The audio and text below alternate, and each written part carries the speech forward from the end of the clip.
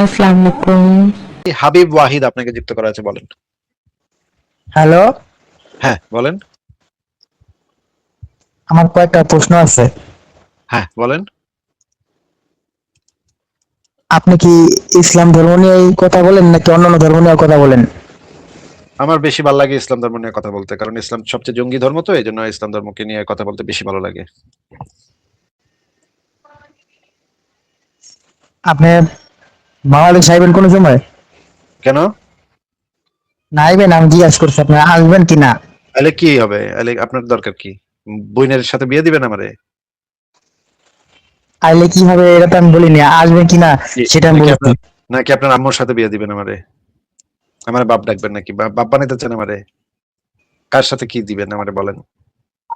আমি কি জিজ্ঞাসা করছি চাইলে কি হবে আমি বলছি, আসবেন কি না সেটা বলছি আপনাকে। সেটা দিয়ে আপনার দরকার, আপনার কাম কি সেটা তো আমার জানতে হবে, যে আমার আশা দিয়ে আপনার কাম কি। আপনার বইনের সাথে বিয়ে দিবেন না আম্মুর সাথে বিয়ে দিবেন আমারে? এগুলা বলতেছেন কেন? আমার আম্মু তো আপনার আম্মু, আবার আপনার আম্মু তো আমার আম্মু নাকি? হ্যাঁ, সেটা ঠিক আছে, কিন্তু আপনি যে আমার এই বাংলাদেশে আসার কথা জিজ্ঞেস করতেছেন, এখানে তো একটা সন্দেহ দেখতেছি। আমার তো মনে হইতেছে আপনি জঙ্গির বাচ্চা, জঙ্গি নবীর উম্মত, এবং আমারে কোপানোর জন্য আপনি মানে জিজ্ঞেস করতেছেন কবে আইবেন, কি করব। আমি কবে আইবো যদি আপনার কাম কি? হ্যাঁ, এটাই আপনি তাহলে এটা বলেন কেন যে আমার আম্মুকে বিয়ে করবেন? এটা কি এই যে খারাপ না আপনি না ভালো বলেন? আপনি যে আমারে যে একটা জঙ্গি হুমকি দিতেছেন, এই জন্য বললাম। আমি তো আপনার হুমকি দেইনি ভাই, আমি তো বলতেছি আপনি কি আসবেন কিনা, আমি আপনাকে সেটা বলছি আপনি আপনাকে। জঙ্গির বাচ্চা, জঙ্গি নবীর উম্মত, আপনি আমারে এসে জিজ্ঞেস করতেছেন আপনি ইসলাম ধর্ম নিয়ে কথা বলেন বলেন, অন্য ধর্ম নিয়ে বলেন না কেন। তারপরে বললেন যে কবে আইবেন দেশে। ভাই, আমি দেশে আইবো কবে না না কবে সেটা তো আমার বিষয়, আপনার সাথে তো আমি দেখা করতে যাবো না যদি বাংলাদেশে হ্যাঁ আসি। ওইলে এমন তো না যে ঠিক আপনার সাথে আছে, ওইলে দেখা করতে ইয়েস আমি বানু। আপনার বাসায় যাবো। আপনি তো তাহলে উল্টাপাল্টা আমি কথা বলতেছেন, বাংলাদেশে, খারাপ কথা বলতেছেন। এই যে আমি উল্টাপাল্টা কথা বলতেছি, খারাপ কথা, আমি উল্টাপাল্টা কোন কথাটা বলছি বা উল্টাপাল্টা কি কথাটা বলছি সেটা না বইলে আপনি আমার কইতাছেন যে আপনি কবে আইবেন, এটা কোন। মানে আমি উল্টাপাল্টা যদি বইলেও থাকি, তর্কের খাতিরে যদি ধরে নিই উল্টাপাল্টা বলতেছি, তাহলে আপনি আমার লাইভে এসে উল্টাপাল্টাটা ঠিক কথাটা বলে দিবেন যে এইটা উল্টাপাল্টা আর এটা ঠিক। আপনি আমার আচ্ছা এখন বাংলাদেশে আমি কবে আইবো, আমি বাংলাদেশে কবে আইবো এটা আপনি কেন জিজ্ঞেস করবেন? তার মানে আপনি একটা জঙ্গির বাচ্চা জঙ্গি, আপনি হচ্ছেন আমারে কোপানোর লিগে খুঁজতেছেন। এই জন্য আপনারে কইছি আপনার আম্মুর সাথে বিয়ে দিবেন নাকি আমারে, এই জন্য বলছি, কারণ আমি বুঝা বলাইছি যে আপনি একটা শোনেন জঙ্গির ভাই, বাচ্চা আসল জঙ্গি। কথাটা বলি।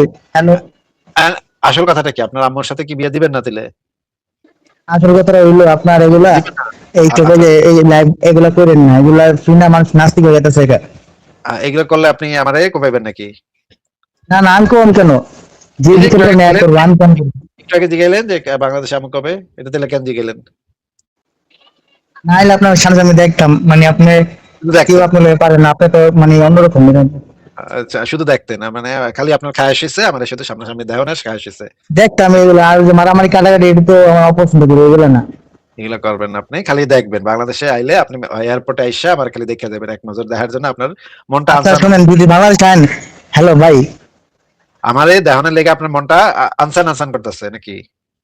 হ্যাঁ, শোনেন যদি বাংলাদেশ আইন শাবনূর তাহলে শাবনূরের গুলিস্তান যেমন আসেন। হ্যালো, শাবনূরের যেমন সালমান শাহের দেহনের লেগা মনটা আনসান আনসান করতো, আপনারও তাই এরকম এরকম আমার এই দেহনের লেগা মনটা আনসান আনসান করতেছে নাকি? ওয়াও, আমার আমি জন্য শোনেন প্রেম, আপনার কি বলি, আপনার আমার জন্য আপনার প্রেম। আসলে গুলিস্তান আইসা আপনার আপনার আমার সাথে দেখা করেন। গুলিস্তান এসে আবার আবার আমি মানে মরণের লেগে আবার গুলিস্তান পর্যন্ত যামু, গিয়া আপনার ফোনও দিমু এখানে গিয়া নাকি? ওয়াও। আচ্ছা শোনেন, মানে এখন আমি আসল আমি কথাটা আমি শোনেন। জানি যে এটা একটা জঙ্গির বাচ্চা, জঙ্গি নবীর উম্মত। এইটা যাই না, আমি বাংলাদেশে যাবো, গিয়ে আবার গুলিস্তান যাবো, গিয়ে আবার আপনার ফোনও দিমু আমি যে আমি এখন গুলিস্তানে আছি। আচ্ছা শোনেন ভাই, আপনার কি বাবা মা দেখতে মানে কি মন চায় না? বাবা মারে দেখতে মন চায় কি চায় না তা দিয়ে আপনার কি ভাই? না আমি মানে এমনি বললাম, আপনি তো আর জীবন মানে আইতে পারবেন না বাংলাদেশে। বাংলাদেশে আইতে না, বাংলাদেশে একটা নোংরা দেশ, ওই দেশে আইতে না পারলেই আবার কি বালতা ফালান যায়। আমি অনেক উন্নত দেশে থাকি তো, ওটা তো অনেক ঠিক সুন্দর আছে, দেশে এখানে থাকি, তো অনেক অনেক মানে আধুনিক দেশে থাকি, অনেক ধনী দেশে থাকি। বাংলাদেশে ঢুকতে এখানে মানে মানে ডাস্টবিন, একটা ডাস্টবিন, ওই দেশে যদি আমি নাও যাইতেই বা আমার কি যায় আসে। কিন্তু আপনি তো আমারে ডাকতেছেন যে না আমি বাংলাদেশে আসি, আইসা আপনি আপনি তখন একটা কোপ দিবেন নাকি? চাপাতিতে ধর দিচ্ছেন? আপনি উল্টা পাল্টা কথা বলতেছেন কেন? আমি কি এগুলা বলছি আপনারে? আশ্চর্য ব্যাপার তো, আপনার আমি তো কথা আবার থেকে তো বলে বোঝা দিছি। যাচ্ছে, এটা তো সরাসরি বলতে কি হয় না, বুঝা এটা তো যাচ্ছে কথা, আপনি? কথা থেকেই তো এমন তো বোঝা হইতে যায়। পারে আমি ভালো একটা লোক নাকি? ভালো লোক তাইলে তো আপনি আপনার আপনার আম্মুরে বা বোনেরে বিয়ে দিতে চান, আমার পাত্র খুঁজতেছেন। নাস্তিক আসিমউদ্দিন আপনার ভালো লাগছে, এই জন্য আপনি আমার সাথে দেখা করতে চান। এছাড়া তো আমি আর কোনো কারণ খুঁজে পাচ্ছি না। আমার জন্য আপনার এত আচ্ছা প্রেম শুনেন, প্রীতি। এগুলা লাইভ, এগুলা শুনেন, এগুলা বললেন না যে নাস্তিক এগুলা, হ্যাঁ এগুলা লাইভ করেন না, মানুষ নাস্তিক হয়ে যাচ্ছে আচ্ছা ভাই, বুঝছেন। ঠিক আছে ভাই, এখন থেকে করব না। ঠিক আছে ভাই, আপনি যেহেতু আমারে বললেন, আপনার মতো সুনাহাগা মাদ্রাসা থেকে উঠে আসা একটা সুনাহাগা যেহেতু আমারে বললো, আমি তো ভাই মাদ্রাসা ভাই যাইনি, আপনি অগ্রিম বলতেছেন ভাই কেন? ভাই এই সব লাইভটা বের করেন না তো ভাই। আপনি যেহেতু সুনাহাগা মাদ্রাসা থেকে আইসা আমারে এটা বললেন, কারণ আপনার কথা তো আর আমি ফেলতে পারি না। আপনি তো আমার মানে খুব পেয়ারের মানুষ, আপনার কথা আমি ফেলি কেমনে? আপনি আবার জঙ্গি নবীর জঙ্গি উম্মত, এর কথা তো ফেলি কেমনে? তাইলে তো ভাই এখনই আমি লাইভটা বন্ধ করে দিয়া ভালো ছেলে হয়ে যাবো, দিনের পথে ফেরত আসবো। ভাই হবে তাইলে? হবে, ঠিক আছে নাকি কি কোন? আশ্চর্য ব্যাপার, আমি আপনার খুব ভালো জানতাম কিন্তু এই আজকে বুঝলাম। কিন্তু আমি আজকে কিন্তু বুঝলাম যে খুবই আপনার খারাপ, লাইভ হ্যাঁ? দেখি ও বুঝছেন। ভালো জানতেন দেখে আমারে, মানে আমি কবে বাংলাদেশে আসবো সেটা আপনি জানতে চাচ্ছিলেন। ভালো জানতেন বললা। ওয়াও ভাই, আপনার তো কথা খুবই ভালো ভাই। কিন্তু আপনি তো এখন মানে আমার তো ইমান ফেরত আইসা পড়তেছে ভাই। আমি তো এখন দিন ইসলামে ফেরত আসবো মনে হইতেছে। তো আপনি কি আমারে বায়াতটা করাবেন নাকি কোন তো দেখি? মানে ইসলামের যে বায়াত করাইতে হয়, যে আপনার আপনি আমারে মানে কলেমা শাহাদাত পড়ে শোনাইবেন, আমি আপনার সাথে সাথে কলেমা শাহাদাত পড়বো। আপনার হাতে আমি বায়াত নিব। করবেন নাকি আমারে কোন দেখি? কলেমা শাহাদাত পড়াইবেন আমারে? আরে ভাইয়া শোনেন, এগুলা এইসব ভিডিও আর করেন না, মানুষ নাস্তিক হয়ে আচ্ছা যাচ্ছে ঠিক আছে, বুঝছেন। ঠিক আছে, ঠিক আছে, আমি করব তো না। জানি আপনি একজন বিশ্বাস করেন, কিন্তু ঠিক এটা আছে, তো আমি প্রকাশ আচ্ছা, করবেন না আপনি। লুকায় লুকায় আমি নামাজ পড়ি তো আপনি জানলেন কেমনে ভাই? হাই হাই রে, আপনি দেখলেন কেমনে? নামাজ পড়েন না, এই যাই বলে যাও, নামাজ পড়েন না কি এটা তো আমি বলিনি, আমি বলেছি কি আপনি তো এটা মনে বিশ্বাস করেন যে কেউ না মনে কেউ আছে, কিন্তু এগুলো মনে তো মনে আমি মানে বিশ্বাস করি প্রকাশে কেউ না বলেন কেউ না। আছে। মনে মনে আমি বিশ্বাস করি কেউ না কেউ আছে। আচ্ছা, ঠিক আছে, এটা আপনি জানতে পারছেন। আপনি আমার মনের কথা তো কিভাবে জানলেন ভাই? আমি তো খুবই অবাক, বুঝতে অবাক কাণ্ড। পারছি। কিভাবে জানলো এই চুনাহাগা মুমিন আমার মনের মানে ভেতরের কিভাবে আপনি জেনে তো ফেললো এগুলো দেখি? না করলে এগুলো চলতে পারবেন না, আপনি এগুলো দিয়ে তো চলেন নাকি? হ্যাঁ, এটা তো ইহুদিরা আমার কোটি কোটি ইউরো পাঠায়, এটা না হইলে কেমনে চলবো ভাই? এখন কোন এই যে ইহুদিরা যে আমার কোটি কোটি ইউরো পাঠায়, আমি যদি লাইভটা না করি তাহলে তো আর কোটি কোটি ইউরো পাঠাইবো না। তাহলে এই কোটি কোটি ইউরো আমি কোত্থেকে পাবো হ্যাঁ ভাই? এগুলো দিয়ে তো চলেন, এগুলো না হলে তো আপনি চলতে পারবেন না, আপনার কষ্ট হইব। সেটা তো ঠিকই তো, হ্যাঁ, ঠিকই কইছেন। তাহলে এখন ওই কোটি কোটি ইউরো আমি পাবো কই? আল্লাহ দিব? সেটা আমি কেমনে বলবো, মানে আল্লাহ যদি, তাহলে এখন যে আপনি কি আমারে বলবেন মানে আল্লাহর নামে আপনি এত যে আমারে খারাপ লাইভ কথা করতে কোন? না করে দিতেছেন, আপনি যে আমারে লাইভ করতে না করতেছেন, তাহলে এখন আমি কোটি কোটি ইউরো কোথায় পাবো ভাই? আর আপনি তো বাংলাদেশে কোনো আইতে, কোনো সময় আইতে পারবেন না, আরে দূর, মোল্লা বাংলাদেশের মতো আপনার মাইরা নোংরা লেবো। দেশে, বাংলাদেশের মতো নোংরা দেশে হয়তো না পারলে কি কি বালটা ফালান যায়, কার কি বাল ফালান যায়? আপনি আমারে কন যে আমি যে কোটি কোটি ইউরো পাই এক একটা লাইভ কইরা, এই টাকা এখন কে দিব ভাই? আমি যদি লাইভটা না করি তাহলে কেডা দিব আমারে? হ্যাঁ এটা তো ঠিক আছে, এটা তো আমি জানি, এগুলো না করলে তো আপনি চলতে পারবেন না। আর হ্যাঁ, সেটাই দ্বিতীয়ত তো। আপনি তো বাংলা খাইতে পারবেন না, আপনি তো মাইন্ড কাছে বেড়ে গেছেন। আমি কোথায় মাইন্ড করছি ভাই? আমি কি বাংলাদেশে মুততে আমু নাকি? আমার কি দরকার কি ভাই? আমি তো এত উন্নত আপনি তো সভ্য দেশে থাকি। বলতেছেন এটা তো একটা দাবি, আপনি তো বলতেছেন যে বাংলাদেশটা একটা আমি তো নোংরা দেশ। কিন্তু মনে আমি মনে তো তো এটা আমি তো অনেকজনকে পৃথিবীর আগে। আমি তো পৃথিবীর বড় বড় দেশ ঘুরে আসছি। আমেরিকা ঘুরছি, লন্ডন, ইংল্যান্ড ঘুরছি, ফ্রান্স ঘুরছি, সব দেশ আমি ঘুরে আসছি। বাংলাদেশের মতো একটা নোংরা, একটা অশিক্ষিত মূর্খ চুনাহাগাদের দেশ, আপনাদের মতো চুনাহাগা জঙ্গিরা যে এই দেশে ঘুরে বেড়ায়, এই দেশে আমার জানার কাম কি ভাই? হ্যাঁ ঠিক আছে, এখন আমি আপনার শোনেন, আপনার বড় ভাই হিসেবে মানি, আমি আপনার ছোট ভাই হিসেবে আপনাকে অনুরোধ করলাম, আর আচ্ছা, এইসব ভিডিও করেন না, ঠিক আছে ভাই, আর মানুষ করবো না না খুলে আজকেই যাচ্ছে। ভাই। আজকেই ভাই আমি তো অবাক করে ফেলাইলাম। তবা তবা তবা। আপনি আর এই যেগুলা যে বলেন সম্পূর্ণ ভুয়া দর্শকরা কথা। দর্শকরা শোনেন হ্যালো, কেউ কিন্তু, সবাই দেখেন, আমি কিন্তু এই যে আমাগো এই হাবিব ভাইয়ের কাছে আমি মানে তবা করলাম, আর আমি এই লাইভ করবো না, হ্যাঁ? ঠিক শোনেন আছে ভাই, শোনেন, খুশি হয়েছেন ভাই? আপনি যে কথাবার্তা কোন এটি ভুয়া কথাবার্তা কোন বুঝছেন। আমি একটা লাইভ দেখছিলাম, ওই লাইভে আপনার কিছু কথা আমি প্রমাণ পাইছি।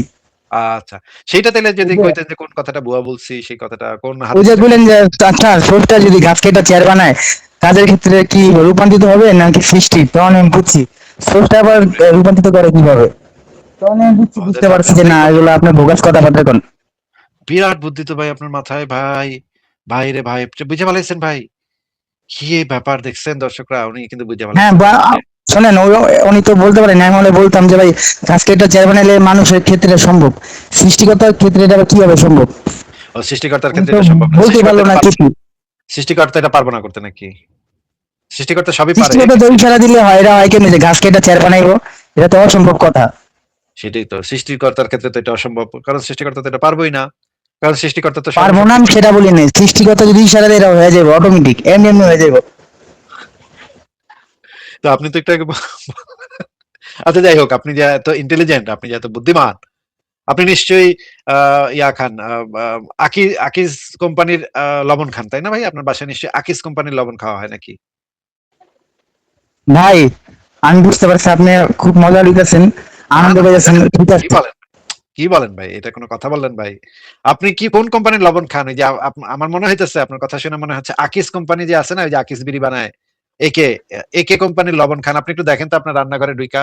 আচ্ছা শোনেন ভাইয়া, হ্যালো। আপনার আপনার ওই যে লবণের যে কোম্পানি, যে কোম্পানির লবণটা খান, সেটা একে কোম্পানির কিনা আকিস কোম্পানির কিনা?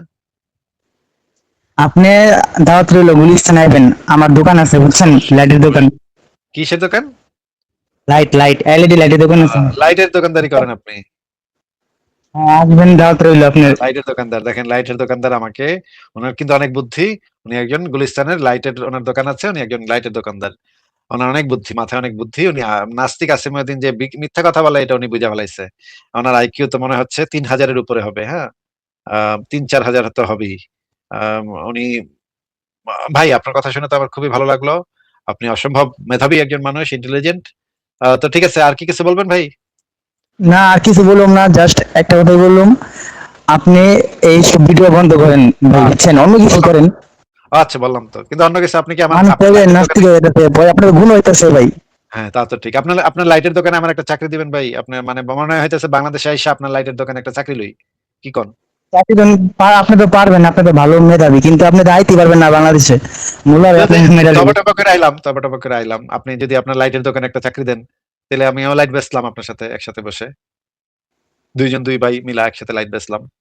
কি লাইট বেচেন আপনি? Tube light? LED light, LED charger light, LED fan, electric তার, সবকিছু বেশি, সুইচ সকেট এগুলা। দারুন দারুন, অসাধারণ ব্যাপার ভাই, অসাধারণ। ঠিক আছে হাবিব ভাই, তাহলে আপনাকে আজকে বিদায় দিই, আবার কথা হবে, ঠিক আছে? আচ্ছা ভাইয়া, ঠিক আছে। আচ্ছা ঠিক আছে, ভালো থাকেন। উনি অনেক মেধাবী কিন্তু, হ্যাঁ আপনারা কিন্তু ভাইবেন না উনি মানে এর জন্য হাগাইটা ভাইবেন না কেউ। উনি কিন্তু অনেক ইন্টেলিজেন্ট, এটা কিন্তু সবার মানতেই হবে, সবাই কিন্তু মানতে বাধ্য যে উনি কত ইন্টেলিজেন্ট একজন মানুষ। ঠিক আছে, পরের জনকে যুক্ত করি। শাওয়া, শাওয়ার ময়লা সান্ডা, আপনাকে যুক্ত করা হয়েছে, বলেন। ও থ্যাংক ইউ ভাই, আর কি খুব শর্ট নোটিসে একটু আর কি শান্ত ভাই একটু ট্রিবিউট দিলাম আর কি নামটা দিয়ে, নামটা যদি আর কি একটু সবাইকে একটু আর কি দেখানোর যে একটু আমি আর কি যে এই ভিডিওটা আপনি যখন শো করবে, এটা একটা মানে তার এক্সপ্রেশন গুলি খুবই মানে সিনেমাটিক ছিল আর কি, তো কয়েকটা সিনেমাটিক, স্ক্রিনশট ইরোটিক, ইরোটিক। হ্যাঁ হ্যাঁ হ্যাঁ, দেখেন ওই দেখেন আর কি দেখেন। আচ্ছা বলেন। মানে জুমিং করলে আর কি বেস্ট ইয়াটা পাওয়া যায়। তো এই ছোট দুইটা আর কি কোয়েশ্চেন নিয়ে আসছিলাম ভাইয়া। এই প্রথম যেটা আমি একটু ভুলে গেছি যে ইসলামের দৃষ্টিতে আমি হ্যাঁ, আমি ইসলাম বা মুসলিম ব্যাকগ্রাউন্ডের না, আর অ্যাগনস্টিক এথিস্ট তো আর কি, তো ওই অ্যাঙ্গেল থেকে আর কি তো ইসলামের দৃষ্টিতে মেয়েদের বিয়ের বয়সটা কিভাবে নির্ধারণ করা হয়, এটা কি আমি ইসলামের একটু। ক্ষেত্রে মেয়েদের বিয়ের কোনো নির্দিষ্ট বয়স নাই। আচ্ছা আচ্ছা এমনকি একদিনের বাচ্চাকেও ইসলামে, একদিনের বাচ্চা মেয়েকেও ইসলামে হুম, কেউ বিয়ে করতে পারে। ইসলামে সেই আচ্ছা রকমের কোনো নির্ধারণ নাই, বয়সের নির্ধারণ নাই। যেটা বলা আছে ওকে যে কোরআন হাদিসে এরকমের কোনো কিছু বলা নাই। পরবর্তী যুগের আলেমরা যখন দেখতে পাইছে যে একদম বাচ্চা মেয়ে হইলে, এটা সাহাবীদের সময়, মুহাম্মদের সময় এবং সাহাবীদের সময় এটা একটা প্রচলন ছিল যে তারা বাচ্চা বাচ্চা মেয়ে বিয়ে করতো। মুহাম্মদ নিজে করছে, উমর করছে, এবং আলী একটা নাবালিকা দাসীর সাথে সঙ্গম করছিল। এবং অন্যান্য সাহাবীরাও সেই কাজ করত, দাসীদের সাথে, নাবালিকা দাসীদের সাথে সঙ্গম করত।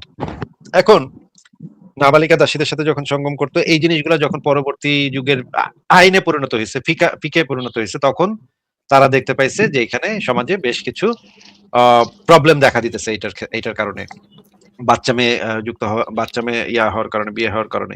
তখন কিছু আলেম যেমন ইমাম শাফি বলছে যে বাচ্চা মেয়ে বিয়ে করার সময় একটু খেয়াল রাখতে হবে যেন সে নিতে পারে, যেন তার বেশি একের ভাইটা ফিটা না যায়।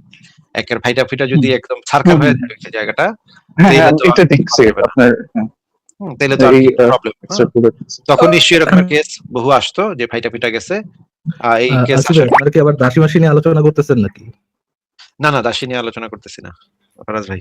আজকে কি দাসী নিয়ে আলোচনা হয়েছিল যে দাসীদের অনুমতি লাগবে অর সামথিং, না না এরকম হয়নি, কোনো আলোচনা হয়েছিল? আলোচনা হয়নি আচ্ছা, আজকে। ওই হ্যাঁ বলো। আমি শুনলাম ওটার সেকেন্ড সেশন হয়েছে আর কি, লজিক্যাল না একজন যুক্ত হয়েছিল লজিক না লজিক্যাল অর সামথিং, যে যুক্ত হয়েছিল probably logic, probably logic. Logic. আচ্ছা, লজিক ভাই যদি যুক্ত হইতে চান, যদি আপনার আমাকেও কিছু বলার থাকে বা আপনার যদি মনে করে থাকেন যে আপনারা নতুন কিছু জানছেন, নতুন কিছু শিখছেন, তাহলে you can come and we can talk, যদি আপনারা এরকম কেউ থাকেন আর কি। অবশ্যই যে কোনো সময় দরজা খোলা। ফারাজ ভাই, আমি ওই জিনিসটা ওনাকে শেষ করি যে পরবর্তী যুগের যখন আলেমরা ফিকা যারা গঠন করছে, তারা যখন এই ধরনের কেস দেখছে, সমাজে নানা ধরনের ঘটনা ঘটতেছে, তখন তারা একটা পরামর্শ দিছে যে একেবারে বাচ্চা মেয়ে বিয়ে করো না, বা একদম বাচ্চা মেয়ে বিয়ে করলে তো ফাইটা পিটা যাবে। সুতরাং মানে পরামর্শ হইলো একদম বাচ্চা মেয়ে, যে মেয়ে নিতেই পারবে না সেই মেয়ের সাথে এটা করা যাবে না। করলে করা যাবে না এটা তারা সরাসরি বলে নাই, তারা বলছে যে উত্তম হইলো, পরামর্শ হইলো যে একেবারে ইসের সাথে করো না তোমরা, কিন্তু করা যাবে, আইনগতভাবে করা যাবে, বিয়েও করা যাবে, যৌনকর্ম করা যাবে, কিন্তু পরামর্শ তারা দিচ্ছে যে এটা না করাই ভালো আর কি। এটা পরামর্শ প্রো কোরআন হাদিস পরামর্শ দিল নাকি ভাই? এই পরামর্শটা কি কোরআন হাদিসের পক্ষে গেল না বিপক্ষে গেল? এটা আলটিমেটলি কোরআন হাদিসের বিপক্ষে গেছে, কারণ কোরআন হাদিসে যেটা নাই সেটা তারা অ্যাড করছে, এবং কোরআন হাদিসের স্বয়ংসম্পূর্ণ হওয়ার কথা, এত বড় একটা মানে জরুরি বিষয়, এইটা কোরআন হাদিস থেকে মিস হওয়ার কথা না, কিন্তু এটা যেহেতু এডিশনাল বক্তব্য, সেহেতু এটা তো কোরআন হাদিসের বিপক্ষে যায়। তাহলে অ্যাকর্ডিং টু কোরআন হাদিস, অপ্রাপ্তবয়স্ক বাচ্চার সাথে যৌন সঙ্গম করা এবং বিয়ে করা এবং যৌন সঙ্গম করা, দুইটা তো কোরআন হাদিস অনুযায়ী হালাল, রাইট? অ্যালাউড বাই কে? হ্যাঁ। আল্লাহ হালাল করেছেন। হালাল করেছেন কে? আল্লাহ হালাল করেছেন। তো আল্লাহ যে জিনিসটাকে অ্যালাউ করেছে সেটাকে অপছন্দনীয় বলা, এটা কি? সেটা নিয়ে গাইগুই করা, সেটা নিয়ে গাইগুই করা, সেটা নিয়ে খুঁত ধরা, হ্যাঁ, আল্লাহ যেটাকে হালাল করেছে সেটাকে নিয়ে খুঁত ধরা, এটা তো আল্লাহ যেটাকে হালাল বলছে এবং যেটাকে আল্লাহ নিজে অপছন্দনীয় এরকম কোনো কিছু বলে না, এটা আমাদের নিজের ঢুকানো। আল্লাহ হালাল বললেও যেহেতু আমি এটাকে হারাম বলতে পারতেছি না, আমি এটা অপছন্দনীয় বলে চালাই দিব। ওই জায়গায় একটা আমি সরাসরি রেস্ট্রিকশন করতে পারতেছি না, বাট আমি এটা অপছন্দনীয় বলবো। কারণ দুনিয়া তো রিভলভ করে না মানে মাদ্রাসা ছাত্রদের নিয়ে, রাইট আসিফ ভাই? যে মাদ্রাসা ছাত্ররা ওনাদের যে ইন্টারপ্রিটেশন, সেই ইন্টারপ্রিটেশনই একমাত্র ইন্টারপ্রিটেশন, বা ওনারা যেটা বলবেন ওটাই ঠিক। তো বাকিদেরও তো রিজনিং দিয়ে বুঝাইতে হবে যে আল্লাহর আল্লাহ যে জিনিস হালাল করছে সেটা তারা কিভাবে অপছন্দনীয় বলতেছে। একদম পছন্দনীয়। এটা আসলে মানে ইসলাম অনুসারে এই জিনিসটা আল্লাহ পাক এবং নবী দ্বারা নবীর সুন্নত দ্বারা যেটা সাব্যস্ত, যেটা নবী নিজের জীবনে করে গেছে, সাহাবা একরাম করছে, সেটাকে আবার কেউ যদি এসে বলে যে এটা তো অপছন্দনীয়, এটা তো একজন বলতে পারে না, কোনো একজন আলেমও বলতে পারে না। তো ইসলামে বাচ্চা মেয়ে বিয়ে করার নির্দিষ্ট কোনো বয়স সীমা নাই, কিন্তু ফিকি মাসালাগুলাতে এরকমের পাওয়া যায় যে তাদের ভিতরে কেউ কেউ বলছে যে তোমরা একটু দেখে নিও, যে টেস্ট করে নিও যে সে এটা নিতে পারবে কিনা। এখন আরেকটা প্রবলেম দেখা দেয় যে আমি টেস্ট করুম কেমনে? একটা বাচ্চা মেয়ে, মনে করেন 6 বছর বয়সী বাচ্চা মেয়ে, সে একটা 50 বছরের মোহাম্মদ রে নিতে পারবে কিনা, এইটা তো টেস্ট করার কোনো উপায় তো নাই। এইটা কিভাবে টেস্ট করা সম্ভব? এটা নিয়ে আমাদের বিশিষ্ট বিজ্ঞানী এবং আল্লামা শেখ মাহবুবুল আমিন সাহেব যে এটা দিয়েছিলেন, যে যুক্তিসঙ্গত যুক্তিটা এবং ইসলামিক ব্যাখ্যাটা দিয়েছিলেন, ওটা আপনি শুনে নেই আসিফ ভাই? শুনেছি যে এই মাহবুব নামক এক মানে চুনাহাগা মানে ইনসেস জনের একজন ব্যক্তি বলেছে যে মেয়ের বাপে নাকি এটা টেস্ট করে দেখবো। ভাই বাপের কাছে আমি আমি এটা শুনে 3 মিনিট নিস্তব্ধ ছিলাম যে বাপে 6 বছরের মায়েরে ডাকতেছে, এই মা আসো, এই রুমে আসো, আমি তোমার একটু টেস্ট করবো তুমি নিতে পারতেছো কিনা, আসো। তারপরে মায়াটারে এসে নিল একটা রুমে, এবং আমি মানে দৃশ্যটা আমার কল্পনায় চলে আসলো এবং আমার বমি আসলো তখন, যে এটা কি কইলো, এই বেকুবে কি কইলো যে বাপে এটা টেস্ট করবো। ভাই আমি তো এগুলা কি করব ভাই?